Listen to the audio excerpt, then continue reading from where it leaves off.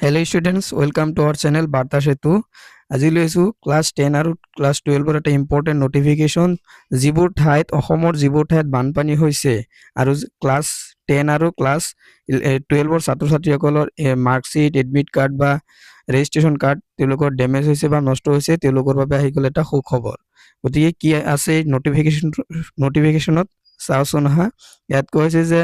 the considering severe damage by the recent flood in Soraideo, Shivsagar, Jorhat, Golaghat district, the Assam State School Education Board has decided to issue duplicate copies of the pass certificate, admit card, marksheet and registration card related to SSLC or SS final examination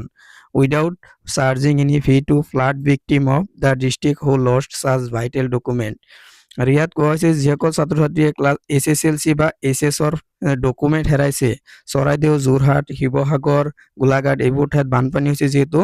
বানপানীৰ কাৰণে তেওঁলোকৰ document বা SSৰ যিবিলাক বা SSLC যিবিলাক document আছে তেওঁলোকৰ এইবিলাক নষ্ট হৈ পৰিছে তেওঁলোকক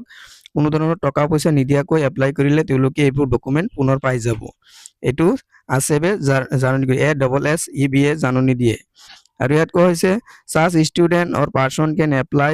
in the official portal official website to তোমালোকে এইটো ওয়েবসাইটটো চোৱা ইয়াত এপ্লাই ক্লিক কৰি এপ্লাই কৰিব লাগিব আৰু ইয়াত কোৱা হৈছে আৰু এটা কথা কৈছে no police report is required to be uploaded in the portal while applying যেতিয়া তোমালোকে ইয়াত এপ্লাই কৰিব ইয়াত পুলিশ ভেৰিফিকেশনৰ বা পুলিশ ৰিপোৰ্ট কোনো দৰকাৰ নহয় instead of the police report the self declaration as flood affected will be uploaded by the applicant in the portal আৰু ইয়াত যে কোৱা হৈছে পুলিশ ৰিপৰ্টৰ পৰিৱৰ্তে তোমালোকে সেলফ ডিক্লাৰেশনটো লাগিব বা সেলফ সাৰ্টিফিকেটটো তোমালোকৰ দিব লাগিব যে তোমালোকে বানপানীত ক্ষতিগ্ৰস্ত হৈছে এইটো this fee waiver is the provided as temporary special relief measure for the affected student আৰু ইয়াত বান ক্ষতিগ্ৰস্ত হোৱা লোকসকলৰ বাবে এইটো কৰা হৈছে গতিকে এইটো বহুত ইম্পৰ্টেন্ট ভিডিও গতিকে যিসকল এইটো চেনেলত নতুনকৈ আহিছা চেনেলটো সাবস্ক্ৰাইব কৰি দিব আৰু ভিডিওবিলাক ভাল লাগিলে তোমাৰ বন্ধু বা বান্ধৱীলৈ শ্বেয়াৰ কৰি দিবা